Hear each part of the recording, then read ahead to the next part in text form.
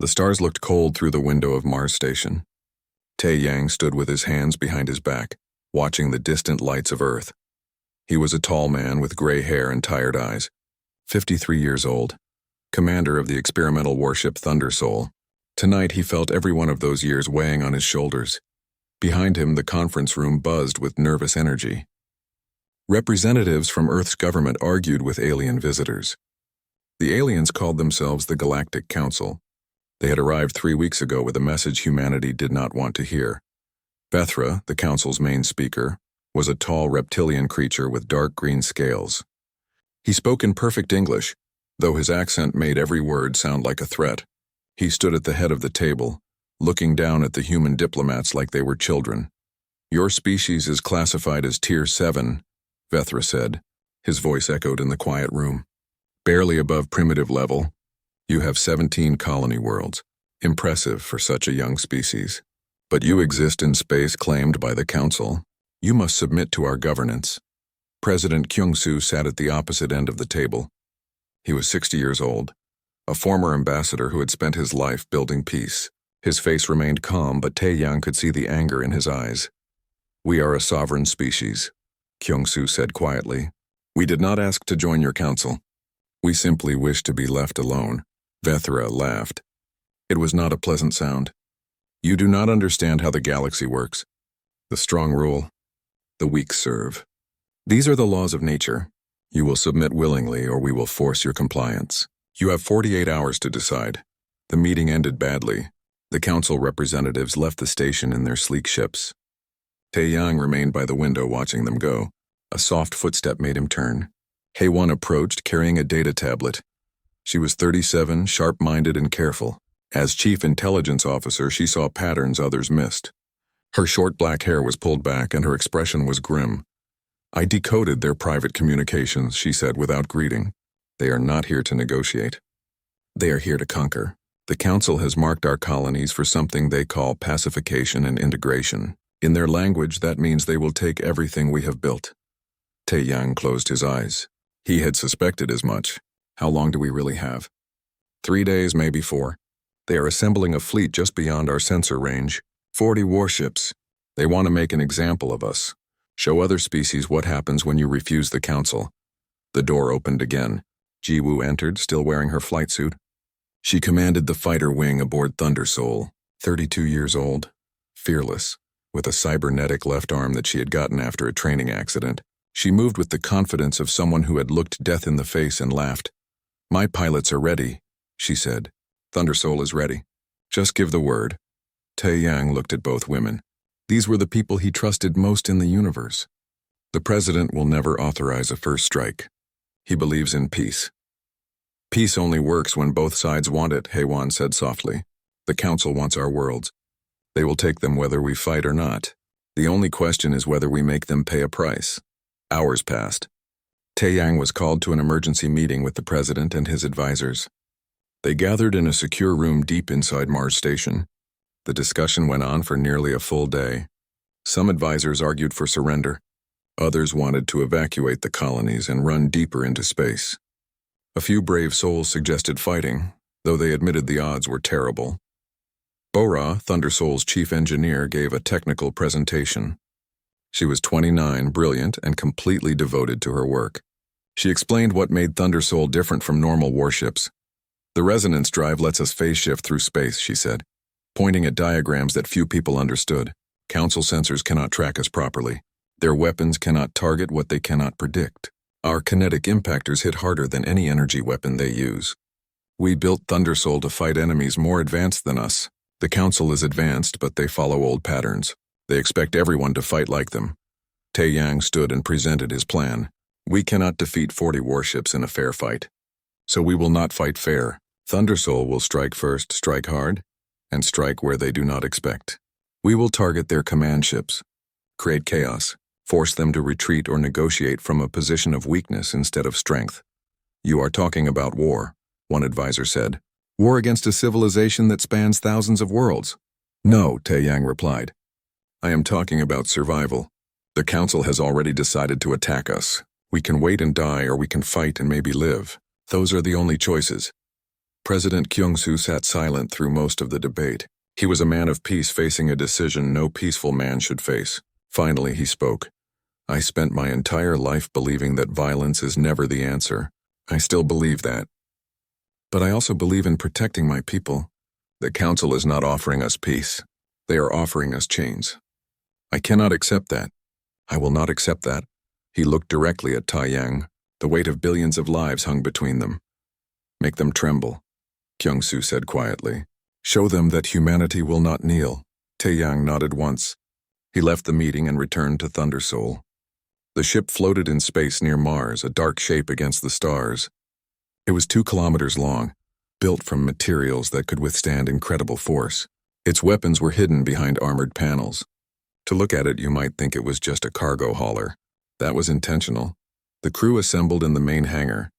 3,000 men and women who had volunteered for this mission. They knew the risks. They knew they might not come home. Taeyang stood before them and spoke simply. The council thinks we are primitive. They think we will surrender without a fight. They are wrong. Today we show them what humanity is made of. Not because we want war, not because we hate them, but because we refuse to be slaves. We fight for our families. We fight for our freedom. We fight so that our children can live in a galaxy that respects strength and courage. Jiwoo stood with her pilots, 36 of the best fighters humanity had ever trained. She made a fist with her cybernetic hand. The metal gleamed under the hangar lights. Her pilots responded with a unified shout that echoed through the ship. Bo-Ra worked in the engineering section, making final adjustments to the resonance drive. Her fingers moved quickly over control panels. She had designed the system. She knew every circuit, every power coupling. If Thundersoul was going into battle, it would perform perfectly.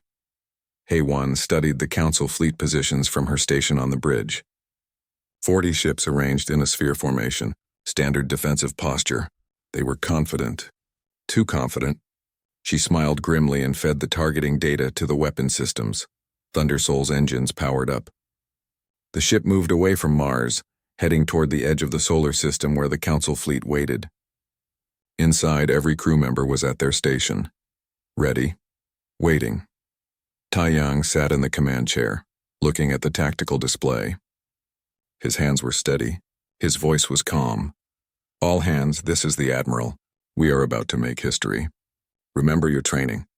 Trust each other. And show the galaxy what humans can do when we stand together. Thundersoul jumped to hyperspace. The stars stretched and blurred. When they emerged, the council fleet filled their sensors. 40 warships, each one larger than Thundersoul. Their weapons were charging. Their shields were active. They thought they were invincible.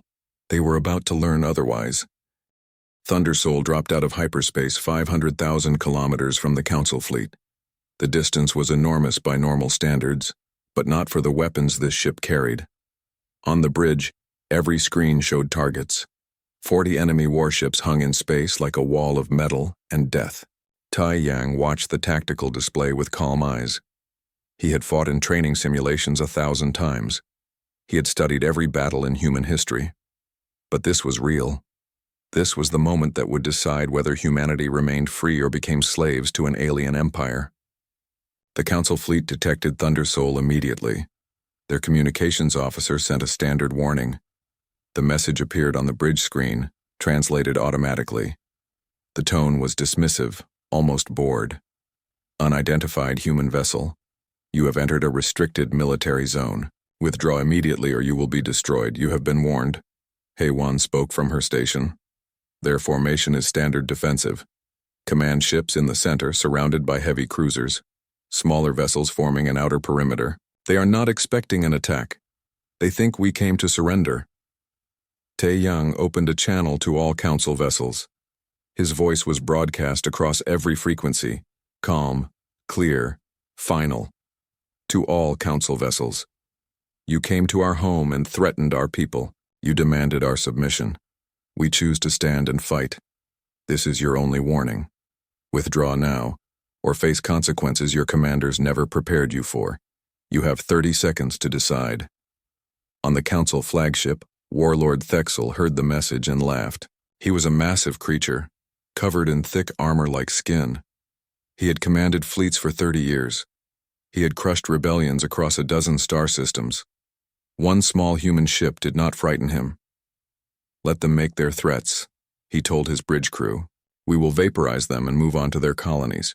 Record this for the archives. Future species should know what happens to those who defy the Council." Thundersoul's countdown appeared on every Council ship's display. 30 seconds. 29. 28. The numbers dropped steadily. Not one Council ship moved. They held their formation, confident in their strength. They had never lost a battle against inferior opponents.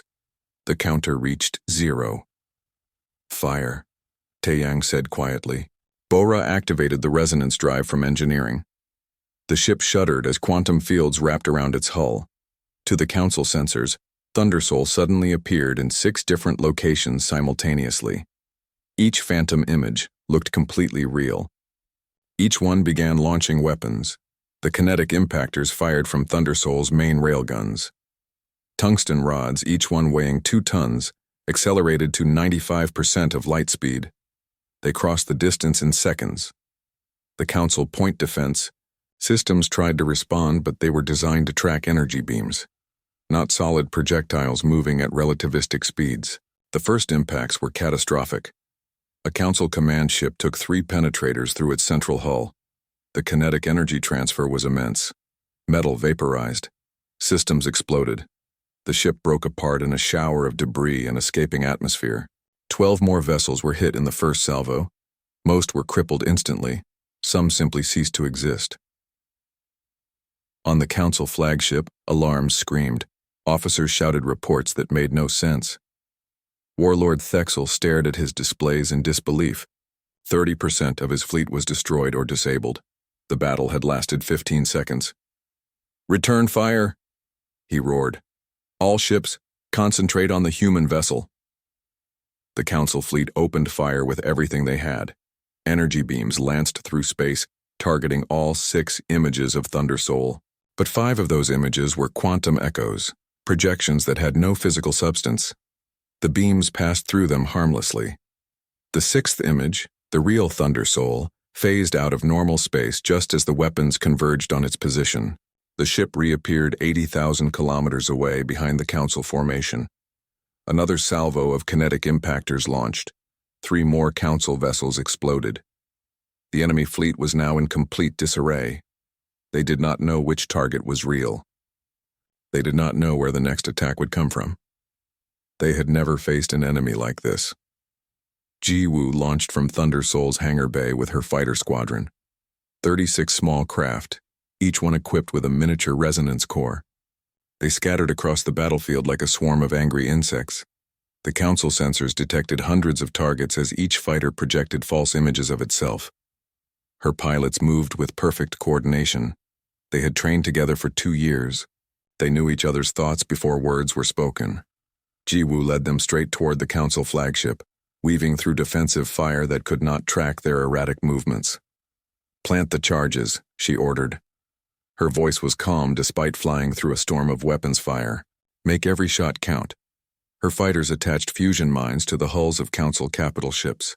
Small devices, barely larger than a fist, but each one packed with enough explosive power to crack open a warship. The charges were set on timers. The fighters pulled away and vanished back into the chaos of battle. Back on Thundersoul's bridge, Hei-Wan initiated her part of the plan. She had spent weeks studying Council communication protocols. Now she hacked into their networks with programs designed specifically for this purpose. Council ship-to-ship channels suddenly filled with edited footage from the battle. The footage showed in slow motion how easily human weapons had penetrated Council shields. It showed their ships exploding. It showed their defensive systems failing. And over this footage, Hei-Wan's voice played on repeat.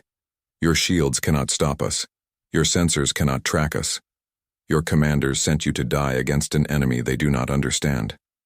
Withdraw now and live. Stay and discover why humanity does not make empty threats."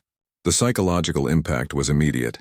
Council crews were trained for conventional warfare. They expected to fight enemies who followed the same rules they did. Thundersoul broke all those rules. Several ships, their captains deciding that survival was more important than honor, broke formation and jumped to hyperspace. Warlord Thexel saw his fleet falling apart. His pride would not let him retreat. He ordered his remaining ships to charge Thundersoul directly, planning to overwhelm the human vessel through sheer numbers. It was a desperate move. It was also fatal. Thundersoul met the charge head-on. Taeyang ordered the particle lance arrays to fire. 6 focused beams of antimatter cut through space like knives through paper. They carved through shield generators and armor plating. The Council ships were built to withstand energy weapons, but not weapons that operated at this intensity. The fusion mines Jiwoo's squadron had planted began detonating. One after another, small suns blossomed against ship hulls. The explosions were precisely placed to disable weapons and engines without destroying life support. Taeyang had been clear about this. They were not here to commit genocide. They were here to prove a point. Bo-Ra monitored Thundersoul's systems from engineering. The ship had taken some hits. A few energy beams had found their mark when the quantum phasing momentarily failed. But the damage was minor. Her shield harmonics had held. The ship's armor had absorbed what the shields could not deflect. Thundersoul was hurt, but far from defeated. 47 minutes after the battle began, it was over. 16 Council warships had been completely destroyed. 19 more drifted in space, their systems dead or dying. 5 had fled to hyperspace. Only 7 ships remained combat-capable, and their commanders showed no interest in continuing the fight. Human casualties were remarkably light. 7 fighter pilots had been lost when a Council dreadnought detonated its reactor in a final act of desperation. Taeyang felt each loss like a knife to his heart. Those pilots had families, friends, dreams. They had given everything for humanity's freedom. He stood and opened a final communication to the surviving Council vessels. His voice carried the weight of authority now. He had proven that humanity could fight. Now he had to prove they could show mercy. You came here to subjugate us. We have shown you the cost of that ambition. Return to your council. Tell them that humanity demands an equal seat at the table, not chains. Tell them Thundersoul will strike again if you threaten our worlds. Tell them the age of council dominance through fear is ending. He paused, letting his words sink in. Then he continued, his tone softer, but no less firm. We do not want war. We want respect. Give us that, and we will be your allies. Deny us that, and we will be your greatest nightmare. The choice is yours. Thundersoul turned and jumped back to hyperspace, leaving the Council fleet to count their dead and contemplate their defeat. Inside the ship, the crew celebrated their victory. But Taeyang did not celebrate. He stood alone on the bridge, looking at the casualty reports. Jiwoo found him there an hour later. Her face was streaked with tears for the pilots she had lost. She stood beside him in silence for a long moment. We won, she said quietly. We survived, Taeyang corrected. That is not the same thing. We won a battle. The war is just beginning. He was right. Across the galaxy, news of Thundersoul's victory spread like wildfire. Humanity had struck first. The galaxy had trembled, and nothing would ever be the same again. The Council Citadel was a massive structure that floated in space between 2 stars. It had stood for 800 years, a symbol of order and power. Today, that power was being questioned. The emergency meeting chamber was filled with angry voices speaking in a dozen different languages. Representatives from 47 species argued about what to do with humanity. Holographic projections showed the destroyed Council fleet. The images were brutal. Shattered ships, escape pods floating in space, survivors telling stories of a single human warship that appeared in multiple places at once and destroyed their formation in less than an hour. Some council members demanded immediate revenge. The Krantine hegemony was loudest among them. Their representative, a military officer with scars across his face, slammed his fist on the table. We must assemble a grand armada, he shouted. Crush these humans completely. Make an example of them. Show the entire galaxy what happens to species that resist the Council. Others disagreed. The Luminari, an ancient species that had been founding members of the Council, argued for caution. Their representative was a being of pure energy contained in a crystalline form. When she spoke, her voice was like music. "Violence begat violence," she said. "We threatened the humans. They defended themselves. This is natural. What is not natural is our assumption that we can dominate every species we encounter. Perhaps this defeat is a lesson we needed to learn." A third group saw opportunity rather than crisis. If humanity could develop such advanced weapons in isolation, what else might they create? Several species quietly began planning to send envoys to human space, hoping to establish trade agreements before the Council could stop them. Archon Velshara sat in the intelligence observation booth, watching the chaos below. She was responsible for gathering information across the galaxy. Her analysts had spent weeks studying Thundersoul's capabilities. The conclusions were disturbing. The quantum phase technology alone was revolutionary. Council scientists had theorized about such systems but believed they were impossible to build safely. Humanity had not only built one but made it work reliably in combat. The kinetic impactors exploited a weakness in shield design that had existed for centuries, but nobody had thought to use. And most troubling was the rate of human innovation. Velshara prepared her report carefully. When she was called to speak before the Council, her words were measured and precise. "We classified humanity as Tier 7 based on their technology level. This was an error. They are not primitive. They are unconventional. They cannot access our databases, so they invented their own solutions. These solutions are often more effective than our standard approaches because they do not follow our assumptions about how things should work." She brought up tactical displays that showed the battle from multiple angles. The Council representatives watched in silence as Thundersoul dismantled their fleet. "If we attack them with overwhelming force, we may win. But the cost will be enormous. And we will teach them nothing except that we are bullies who cannot accept defeat. If we negotiate with them as equals, we may gain allies who can help us solve problems we did not know we had." The debate continued for days. Meanwhile, on Earth, humanity was having its own crisis. President Kyung-soo sat in his office reviewing reports from all 17 human colonies. The victory celebration had lasted 3 days. People danced in the streets. Children wore Thundersoul toys. Songs were written about the battle.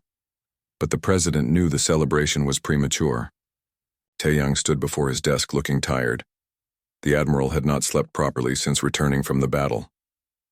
"We won one battle," Taeyang said bluntly. "Thundersoul is one ship. We have 17 colonies spread across space. The Council has thousands of worlds and millions of vessels. Our advantage was surprise. That advantage is gone. They will study what we did. They will adapt. Next time will be harder." Kyung-soo rubbed his tired eyes. "What do you recommend?" "We build more ships, train more crews, develop new weapons, and we find allies. The Council is not a unified government. It is a collection of species with competing interests. Some of them are probably as unhappy with Council dominance as we are." The president authorized a massive military expansion. Every shipyard in human space began working around the clock. Bora was promoted to Fleet Technology Director and given unlimited resources. She assembled teams of the brightest engineers and scientists humanity could offer. Their mission? Develop weapon systems that would keep humanity ahead of whatever the Council might create. Haewon established a new intelligence division. She recruited agents from every human colony. Some would operate openly as diplomats and traders. Others would work in secret, gathering information about Council politics and military capabilities. She also began reaching out to non-Council species, looking for those who might become allies. Not everyone supported these preparations. Peace movements emerged on several colonies. Protesters argued that building more weapons would only provoke the Council into a full-scale war. Some colonies, particularly those farthest from Earth, began questioning whether they should remain united with the homeworld or negotiate their own separate peace. Kyung-soo spent weeks traveling between colonies, speaking to governors and citizens. He listened to their fears. He understood their concerns, but he also knew that disunity would be fatal. "The Council threatened all of us," he told a packed stadium on New Seoul Colony. "They do not care which human colony you live on. To them, we are all the same. We are all threats to their dominance. If we divide now, they will conquer us one world at a time. United, we have a chance. Divided, we have none. 3 months after the Thundersoul incident, an unexpected visitor arrived at Mars Station. Nelith of the Luminari requested a private meeting with the president. The Luminari were one of the oldest species in the galaxy. They had been exploring space when humanity's ancestors were still learning to make fire. The meeting took place aboard a neutral space station. Nelith appeared as a tall figure of light contained within a crystal body. She moved gracefully, her form shifting colors like a prism. "Your people frightened the council," she said without preamble. "This is good. The council has become rigid and authoritarian. We remember when it was founded on principles of cooperation, not domination. Your admiral showed that strength and courage matter more than age and tradition."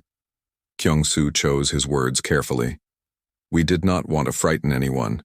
We simply wanted to be left alone." "That option no longer exists," Nelith replied. "You have entered galactic politics whether you wish to or not. The question now is how you will navigate these waters.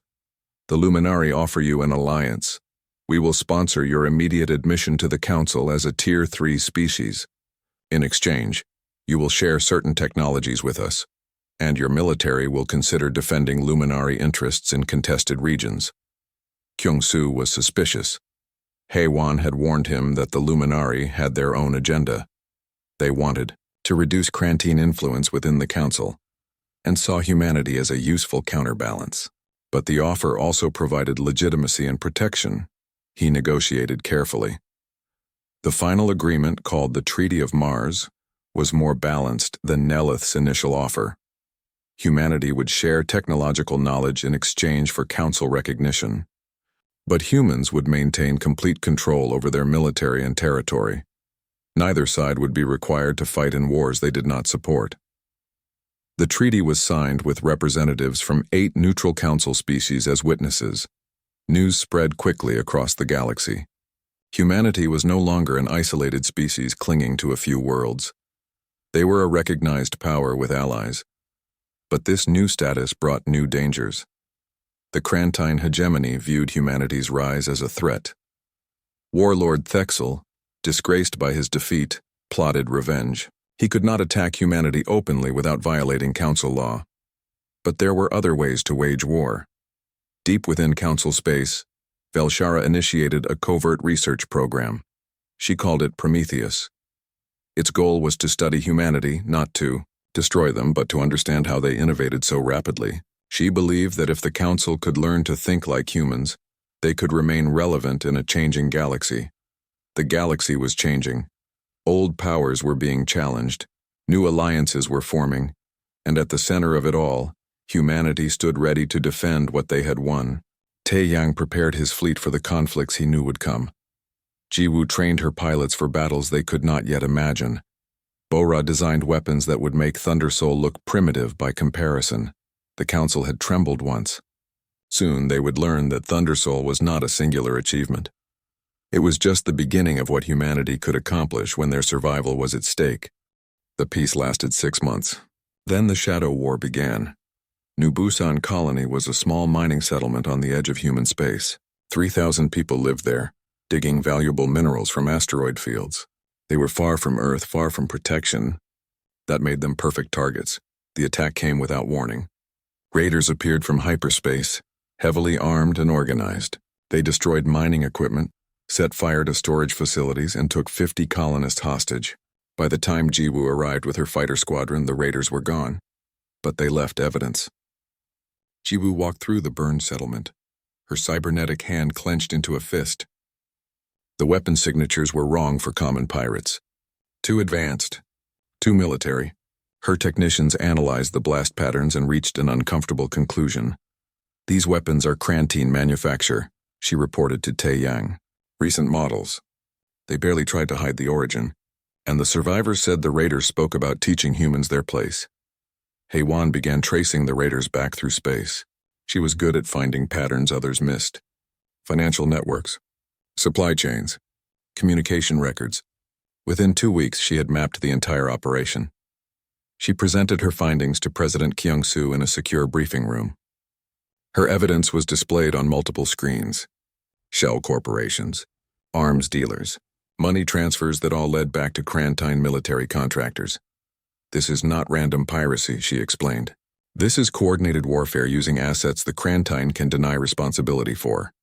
If we retaliate directly, they will claim innocence and accuse us of aggression before the council.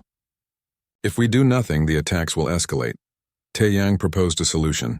We respond with equal deniability. Create units that operate without official markings. Hit their bases. Destroy their supply networks. Make it too expensive for them to continue this shadow war. Kyung-soo approved the plan reluctantly. He hated operating in the shadows, but he hated watching colonists die even more. The Ghost Fleet was born. Volunteers from the military stripped their ships of identification. They wore no uniforms. They followed orders that were never officially given. When Crantine-backed pirates attacked human colonies, the Ghost Fleet responded with overwhelming force. Pirate bases were destroyed in the middle of the night. Supply convoys vanished without a trace. Captured pirates were interrogated, then released with messages carved into their skin, simple words that spread fear through the criminal underworld. Touch human worlds, face the storm, but the Crantine escalated. Agents infiltrated human colonies, planting bombs in civilian areas. Government officials were assassinated. Supply ships disappeared. The Shadow War spread across multiple fronts, fought in darkness by people who officially did not exist. Haewon countered by establishing her own network of agents. She recruited humans and aliens who were sympathetic to humanity's cause. These agents operated throughout council space, feeding her information about Crantine operations. She discovered that the Crantine plans extended far beyond simple revenge. They are building a coalition, she reported during a war council meeting. They have convinced 12 other species that humanity is a threat to galactic stability. They are planning a coordinated strike against 5 of our colonies simultaneously. It is scheduled for 3 weeks from now, during the council summit when everyone's attention will be elsewhere. Taeyang studied the tactical information. 5 simultaneous attacks would force humanity to spread its defenses thin. Even with Thunder-class battleships, they could not be everywhere at once. He made a bold decision. We do not defend. We attack. Hit them before they are ready. Destroy their fleet while it is still assembling. The target was the Crimson Nebula, a vast cloud of gas and dust where new stars were being born. The Crantine had chosen it as their assembly point because the dense particles interfered with sensors and communications. No fleet could coordinate effectively in such an environment, except a human fleet. Bo-Ra had developed quantum entanglement communicators that ignored electromagnetic interference. Ships equipped with these devices could coordinate in real time even in the middle of a nebula. The Crantine advantage had become a trap. Taeyang assembled a task force of 6 Thunder-class battleships. Thunder Soul led the formation. Jiwoo commanded expanded fighter wings, 180 craft in total. Each pilot had trained specifically for combat in dense particle environments. They entered the Crimson Nebula at the edge of Crantine's sensor range. The nebula was beautiful and deadly. Red and orange clouds stretched for millions of kilometers. New stars blazed in the distance. And hidden within the clouds, 50 Crantine warships prepared for their assault on humanity. Jiwoo launched her fighters first. They spread through the nebula like seeds on the wind. Each fighter carried special mines that emitted false thermal signatures. Soon the nebula appeared to be crawling with thousands of human vessels. Crantine sensors could not distinguish real ships from fake ones. Panic spread through the Crantine fleet. Their commander, Admiral Crescitar, tried to establish defensive formations. But his ships could not communicate effectively through the interference. When he gave orders, only half his fleet received them. The other half flew blind, responding to sensor contacts that might not be real. Thunder Soul emerged from a dense cloud bank at point-blank range. The Crantine ships barely had time to raise shields before kinetic impactors shredded their hulls. 3 vessels exploded in the first seconds. 5 more were crippled. The human battleships moved through the nebula like sharks through water, appearing and disappearing, striking without warning. The battle lasted 3 hours. It was methodical and brutal. Human ships used the nebula's cover to approach unseen. They fired from close range where their weapons were most effective. Crantine vessels tried to fight back, but they were shooting at ghosts while real threats approached from unexpected angles. When the fighting ended, 42 Krantine vessels were destroyed or captured. 8 had fled, their crews too frightened to continue. Human losses were remarkably light. 11 fighters were lost when they got too close to a dying Krantine dreadnought that detonated its reactor. 2 battleships sustained damage but remained operational. But Taeyang made a choice that defined humanity's character. Instead of destroying the surrendered ships, he offered their crews mercy. Those who wanted to surrender would be treated according to council laws of war. Those who wanted to die fighting would be given that option. Most chose surrender. Krantine warriors were proud, but they were not fools. The human ships had destroyed their fleet with ease. Continued resistance was pointless. Thundersoul broadcast a message to all council species. The transmission included complete evidence of Krantine aggression, financial records, intercepted communications, testimony from captured officers. Everything was documented and verified. Taeyang's voice accompanied the evidence. The Krantine hegemony has waged covert war against humanity in violation of council law. We have responded with measured force. We offer the Krantine one opportunity to stand before the council and explain their actions, or face total war where humanity will hold nothing back. The choice is theirs. The scandal rocked the council. Emergency sessions were convened. Warlord Thexel was arrested by council security. The Krantine hegemony faced sanctions and reparations. But more important than legal consequences was the political shift that followed. Other species, witnessing humanity's restraint even in victory, began to view them differently. They were not aggressive warmongers. They were a people who fought when necessary but showed mercy when possible. Species that had been bullied by the Krantine for generations approached human diplomats with offers of alliance. President Kyung-soo addressed the full council for the first time. He stood before representatives from 47 species and spoke from his heart. We did not seek conflict. We sought only recognition and the right to exist without subjugation. When threatened, we defended ourselves. When attacked through cowardly proxies, we responded with precision rather than rage. We have demonstrated both our capacity for war and our preference for peace. Humanity asks only to be treated as equals. The speech resonated across the galaxy. 41 council species voted to upgrade humanity's status to Tier 2, placing them among the recognized major powers. Only 6 species voted against, all traditional Krantine allies. The vote marked a fundamental change. Humanity had not just earned a seat at the galactic table. They had forced the table itself to be rebuilt on more fair terms. In her observation station, Velshara watched the vote with mixed feelings. She had studied humanity for months. They were dangerous not because they were violent, but because they changed things. They challenged assumptions. They made other species question the old order. If more species began to follow humanity's example, the entire council structure could collapse. She filed a classified report recommending long-term monitoring of human space. Not as enemies, but as the greatest source of unpredictable change the galaxy had known in 1,000 years. The council had trembled once. She suspected they would tremble again before humanity's story was finished. 5 years passed. They were years of growth and change. Humanity's territory expanded to 43 star systems. Thunder-class battleships, now numbering 27, patrolled established trade routes. Human technology flowed through markets across council space. Species that once viewed humanity with suspicion now sought human advisors to modernize their militaries. Taeyang stood in his office overlooking Earth, watching the sun set over mountains and oceans. He was 58 now, promoted to fleet admiral and serving as humanity's chief of naval operations.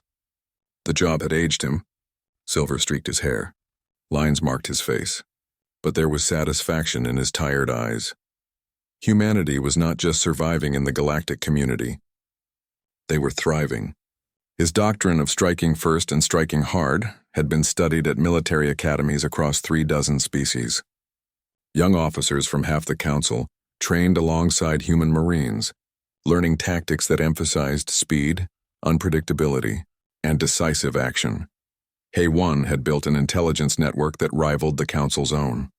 Her agents operated on every council world, not as spies seeking military secrets, but as observers tracking political currents and potential threats. She had formed an unlikely friendship with Velshara. The two intelligence chiefs maintained a respectful rivalry, occasionally sharing information when their interests aligned. Ji Woo commanded humanity's first carrier group now. 5 Thunder-class battleships and 3 dedicated fighter carriers. She had become a legend among pilots, both human and alien. Her tactics were studied as examples of how smaller forces could overwhelm larger ones through coordination. She trained fighter wings for 16 allied species. Pilots across the galaxy called her teacher in their native languages. Bo-Ra led a research division employing 40,000 scientists and engineers. Her latest project promised to revolutionize space travel. She called it the Singularity Engine. If successful, it would create stable wormholes between distant points. Ships could cross the galaxy in days rather than months. She worked 18-hour days, driven by the same passion that had created Thunder Soul's resonance drive. President Kyung-soo was serving his final term. His greatest achievement was not military victory or territorial expansion. It was the careful diplomacy that transformed humanity from a threat into a partner. Under his leadership, humanity had signed mutual defense pacts with 19 species and established trade agreements with 32 others. But success brought new challenges. The rapid spread of human technology had disrupted traditional power structures. Species that once dominated through technological superiority found themselves challenged by neighbors who now possessed weapons that could counter Council standard arsenals. Several regional conflicts erupted as previously subjugated species rebelled, citing humanity's example. The Council debated humanity's role in these conflicts. Some species demanded that humans take responsibility for the instability they had caused. Others argued that humanity had simply exposed weaknesses that already existed. The Council's hierarchical system was always unjust. Humanity merely forced the galaxy to confront this truth. A particular crisis emerged in the Outer Rim. The Selthari species had risen against their Krantine overlords. They acquired human-designed weapons through intermediaries and launched a rebellion that caught the Krantine completely unprepared. Now Krantine worlds faced occupation by vengeful Selthari forces who remembered centuries of oppression. The Krantine appealed to the Council for intervention. They claimed that humanity's technology proliferation violated galactic law. President Kyung-soo faced a defining choice. He could deny responsibility and let the conflict burn itself out. But that would betray the principles humanity claimed to represent. After consulting with his advisors, he authorized a bold humanitarian intervention. Human forces would deploy to Krantine worlds not to fight the Selthari, but to protect civilians of both species and mediate a peaceful resolution. The operation shocked both sides. Human Marines landed on contested worlds with orders to establish neutral zones and provide medical aid to all combatants. When Selthari rebels attempted to massacre a Krantine civilian population in revenge for centuries of suffering, human forces intervened with overwhelming but non-lethal force. They stunned the rebels and evacuated the civilians. When Krantine military remnants attempted to deploy chemical weapons against Selthari cities, human warships destroyed the weapon facilities with surgical precision. The message was clear. Humanity would not tolerate atrocities from anyone, even species fighting for their freedom. Ji Woo broadcast to both sides from her command ship. Her voice was firm but not cruel. You fight for freedom and survival. We understand. But freedom earned through genocide is not worth having. We offer you a better path. Negotiation, reparation, the chance to coexist as equals rather than oppressor and oppressed. We will guard this peace with force if necessary, but we prefer to guard it with hope. The Selthari-Krantine conflict was resolved through a historic agreement brokered by human diplomats. The Selthari gained independence and reparations for centuries of exploitation. The Krantine maintained sovereignty over their core worlds, but accepted restrictions on military expansion. Human forces established peacekeeping stations in the region to ensure compliance. It was the first time in Council history that a major territorial dispute had been resolved without total victory for one side or complete destruction of the other. The resolution established humanity as the galaxy's premier mediators and peacekeepers. Species in conflict began requesting human intervention, recognizing that humanity had both the military power to enforce peace and the moral authority to demand it fairly. On the 10th anniversary of Thunder Soul's first strike, President Kyung-soo delivered a speech at the newly dedicated Hall of Galactic Unity on Earth. Representatives from 100 species attended. The hall was filled to capacity. 10 years ago we faced extinction or subjugation, he said. His voice carried across the hall. We chose to fight not from arrogance but necessity. That single battle changed the galaxy forever. We proved that hierarchy based solely on age and tradition was unjust. We demonstrated that innovation matters more than conformity. We showed that courage can level even the most overwhelming odds. He paused, looking across the diverse audience. Humans and aliens, former enemies and new friends, all gathered to commemorate the day the galaxy changed. But the greatest lesson we learned is this: power must be wielded with wisdom. We could have used our advantages to conquer. Instead, we chose to uplift. We could have sought revenge. Instead, we offered partnership. Thundersoul's first strike was necessary. It made the galaxy tremble and forced them to see us. But what we did after that strike defines us. The galaxy no longer trembles at human strength. It hopes because of human ideals. We are not perfect. We make mistakes. We struggle with difficult choices. But we have proven that a new order is possible. One where might serves right, where innovation drives progress, where the weak are protected rather than exploited. Thundersoul struck first and the galaxy trembled. But what came after was not conquest. It was transformation. We have not just won our place among the stars. We have changed what it means to be among the stars. That is our true legacy. The audience erupted in applause that lasted for minutes. 15 years after Thundersoul's first strike, a new generation reached adulthood. They grew up in a galaxy where humanity was a major power, where human ideas influenced billions across thousands of worlds. They had never known isolation or fear. Tae Yang, now retired, taught at the Unified Naval Academy where humans and aliens studied side by side. His lectures on the Thundersoul incident were legendary. He always ended with the same question. We had the power to destroy them. We chose mercy. Would you make the same choice? He told his students that the true test of any civilization was not how it fought, but what it fought for. Bora achieved her greatest triumph. The Singularity Engine worked. The first wormhole opened between Earth and humanity's most distant colony. A journey that once took 3 months was completed in seconds. The technology was immediately classified. Not because humanity wanted to hoard it, but because Bora recognized such power could destabilize the entire galactic order if released too quickly. The galaxy continued to change. New species emerged from isolation and found a council dramatically different from the one that had greeted humanity.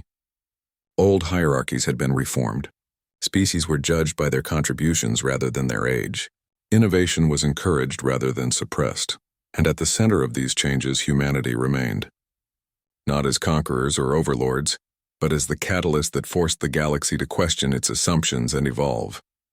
In the cargo bay of the original Thundersoul, now preserved as a museum orbiting Earth, millions of visitors came each year. They stood before the kinetic impactor launch tubes. They examined the resonance drive core. They walked the bridge where Tae Yang had given the order that shook civilizations. A plaque commemorated the moment in simple words. On this ship, humanity chose to stand rather than kneel. We struck first not from aggression but necessity. We struck hard not from cruelty but determination. We struck once and the galaxy trembled. But we did not strike again unless forced to defend.